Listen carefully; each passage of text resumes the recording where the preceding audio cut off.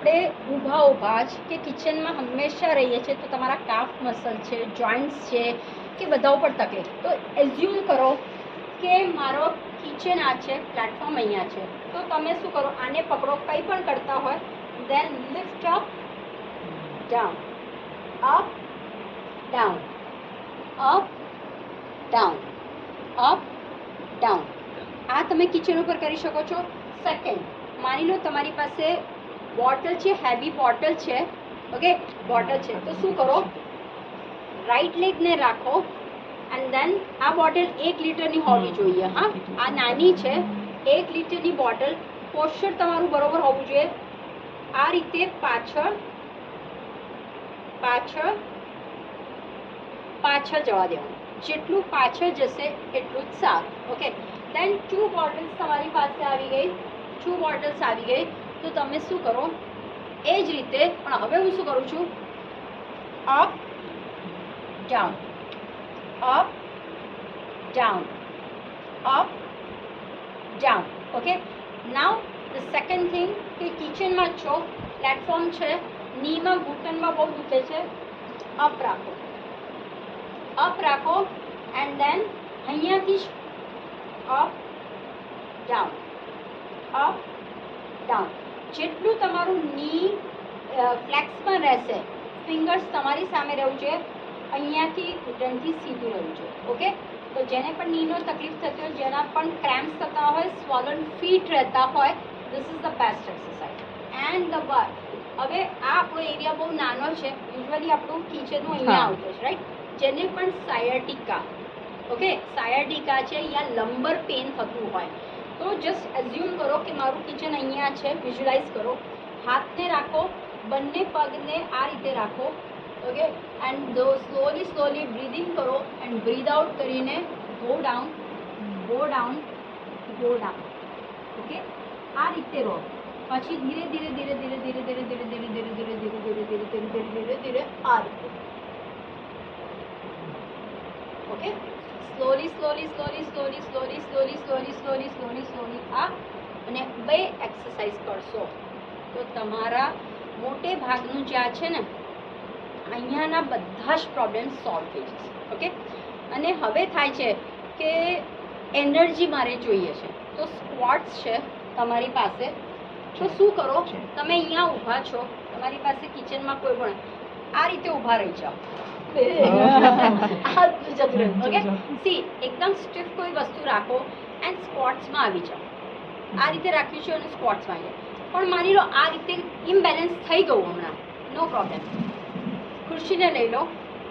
શું કરો, સિમ્પલ, આગળ બેસો, આગળ બેઠા, ઊભા થયા, નીચે બેસી ગયા, ઊભા થયા, નીચે બેસી ગયા, ઊભા થયા, નીચે બેસી ગયા. ઈચ એન્ડ એવરીવન કરી શકે છે. આમાં તમારું ફૂલ ટોપ ટુ બોટમનું સર્ક્યુલેશન થઈ જશે અને તમારી બધી જ. તો આની સાથે તમે લોકો તમારી રીતે મુદ્રાને પણ એટેચ કરી શકો છો. જેમ મેં તમને મુદ્રાનું કીધું હતું, એક ધ્યાન રાખો, રોજ કાર્ડિયો એક્સરસાઇઝ કરવી, યા ટ્રેડમિલ ઉપર તમે જો 1 કલાક દોડવા માંગતા હોય પણ નથી, શું કરો, આ રીતે પકડવાનું છે. ઓકે, અને ફક્ત તમારે જે સેકન્ડ ફિંગર્સ છે આ રીતે નીચે રાખો, બધા આ રીતે, ત્યાં પણ લઈ લો, બધાની આ રીતે કરો. નાવ શું કરશો, આમાં જ તમે હવે નીચે નાખો. ક્યાં નસ ખેંચાય છે, પાછું ઉપર જવા દો. યસ, નાખો નીચે. હા, કોશિશ કરો, નાખો નીચે, કોશિશ કરો. યસ, ઓબ્ઝર્વ કરો ક્યાં થાય છે પેન. Got it? વેઝ જેના લોકોના થઈ જાય છે, this is a good exercise. Okay, આ એક્સરસાઇઝ છે. સેકન્ડ છે, જે લોકોને શોલ્ડર પેન આખું આ છે ને, ઝંઝનાટી થઈ જાય છે, પગમાં ઝંઝનાટી થઈ જાય છે, લિટરલી શું કરવાનું છે, હાથને સીધો કરો, દરેક હાથને. આ જે 5 પંચ મહાભૂત આપેલા છે, આ રાખો, સીધો રાખજો.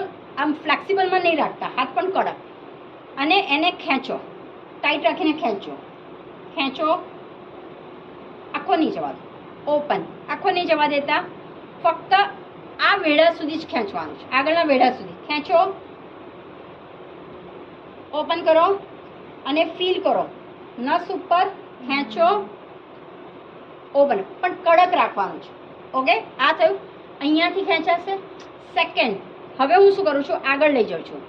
અંગૂઠાને દબાવો, પુશ, ટાઈટલી બંધ, એકદમ ટાઈટલી બંધ, ઓપન, ઓપન, પુશ, થંબને અંદર લો, પુશ ઇટ, કરો કરો, ખીંચો જોરથી, એન્ડ સ્લોલી અપ કરો. Got it? તો આ બે તમે કરશો, શું થશે, એનાથી કાફી થઈ જશે.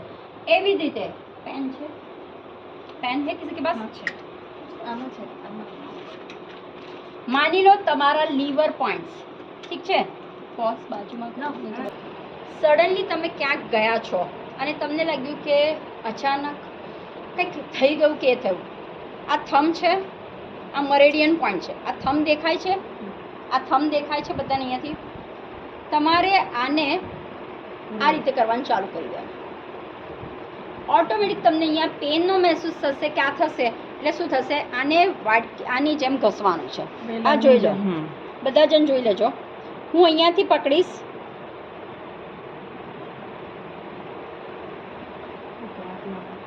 ધીરે ધીરે આગળ પણ જઈ શકો છો, પણ મારે વેલણની જેમ બતાડવું છે એટલા માટે હું અહીંયા બતાડું છું. ઓકે, દેન કઈ ક્યાંક ને ક્યાંક એમનું હશે એટલે સોલ્યુશન તમને મળી જશે. Same to same legs.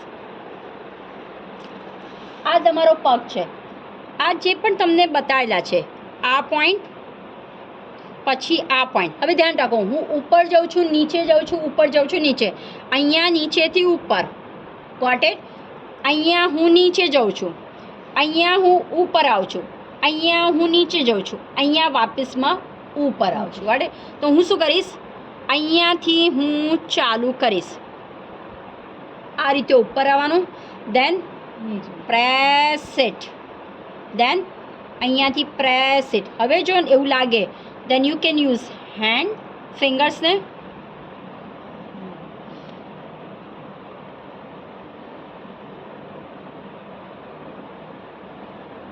આ રીતે. Got it? એવી જ રીતે આ જે તમારો પગ છે ને એ તમારા આખા શરીરનું છે, રાઈટ? તો તમે જ્યારે પણ કરો ને ઓલવેઝ આ રીતે, યાની કે જ્યારે પણ કરો આ રીતે રાખવાની આદત રાખવાની, આ રીતે. ઓકે, આ રીતે રાખો તમે, ઠીક છે? પછી આ રીતે જ છોડી દો એને, આ રીતે રાખો. ઓકે, જેટલું બને ને એટલું આ રીતે રાખો તમે. ઓકે, દેન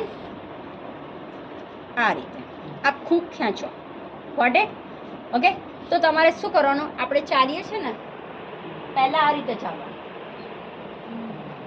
પછી આ રીતે આવી ગયા, રેડી? દેન સાઇડ્સ લાગ્યો, લાગવા દેવા. Okay, and then add. In short, પ્રાણીઓની જેમ નસે તમારી બધી જ નસો શું થશે, સર્ક્યુલેશનમાં થવા માંડશે. તો ફક્ત તમે આ રીતે પણ કરો. ઓકે, ફક્ત પેનના મદદથી આ રીતે પણ કરશો ને તો પણ એવરીથિંગ તમારું ડિટોક્સ થવા માંડશે, પગથી પણ થશે. સો આ મેથડથી આટલું પણ તમે દિવસ દરમિયાન કરશો તો પણ, અને કિચનમાં તમારી પાસે વેલણ હોય છે, બધું હોય છે. અમુક વખતે જો તમને એવું લાગે કે મને પગની નસ બહુ ચડી ગઈ છે તો શું કરશો, પોઝ કરી દો ને, ચડી ગઈ છે, યા પછી ઘણા બધાની કમ્પ્લેન્ટ્સ છે ની. ઓકે, હવે ની પેન કેમ થાય છે, કોન્સેપ્ટ ક્લિયર કરો. When my calf muscle and hamstring muscle બંને મસલ્સ વીક થયા છે તો પછી આની ઉપર ઇફેક્ટ થશે જ. ઓકે, તો આમાં ગોટલા અને આને કાઢવા માટે તમારી પાસે વેલણ છે, વેલણ હોવું બહુ જરૂર છે. વેલણ ના હોય તો બોટલ હોય, અહીંયા આપણે છીએ, શું કરી દેવાનું, આખું પ્રેસ કરીને આ રીતે કરીને આગળ, પાછું પ્રેસ કરીને નીચે, અગેન પ્રેસ કરીને આગળ. ઓકે, ફેરીએ જેમ આપણે રોલ કરતા એ રીતે તમે કરશો તો તમારું આ થઈ જશે. સેમ ટુ સેમ ધ્યાન રાખો અહીંયા પણ. ઓકે, ઘણા બધાને આ જગ્યાએ પણ સેમ ટુ સેમ જેને બોલતા હોય છે ને વેરિકોઝ વેન હોય છે, રાઈટ? એ શું છે? ગંદો બ્લડ છે. Same to same lumbar area છે, ઓકે? પણ ક્યારેય પણ છે ને હડ્ડી ઉપર નહીં કરવાનું, હાડકા ઉપર નહીં કરવાનું. આ છે તો જ્યાં તમારા મસલ્સ છે એની ઉપર તમે શું કરો? લઈને જાઓ. જેની ઉપર છે એની જ ઉપર ફક્ત લઈને જાઓ. જ્યાં જ્યાં લાગે છે ત્યાં તમે આ રીતે કરી શકો છો. Got it? તો ફક્ત વેલણના મદદથી કાફી સારું તમારું થઈ શકે, રાઈટ? અને હવે માની લો કે આ તો આ છે, એમનો નીનો પ્રોબ્લેમ છે, તું શું કરીશ?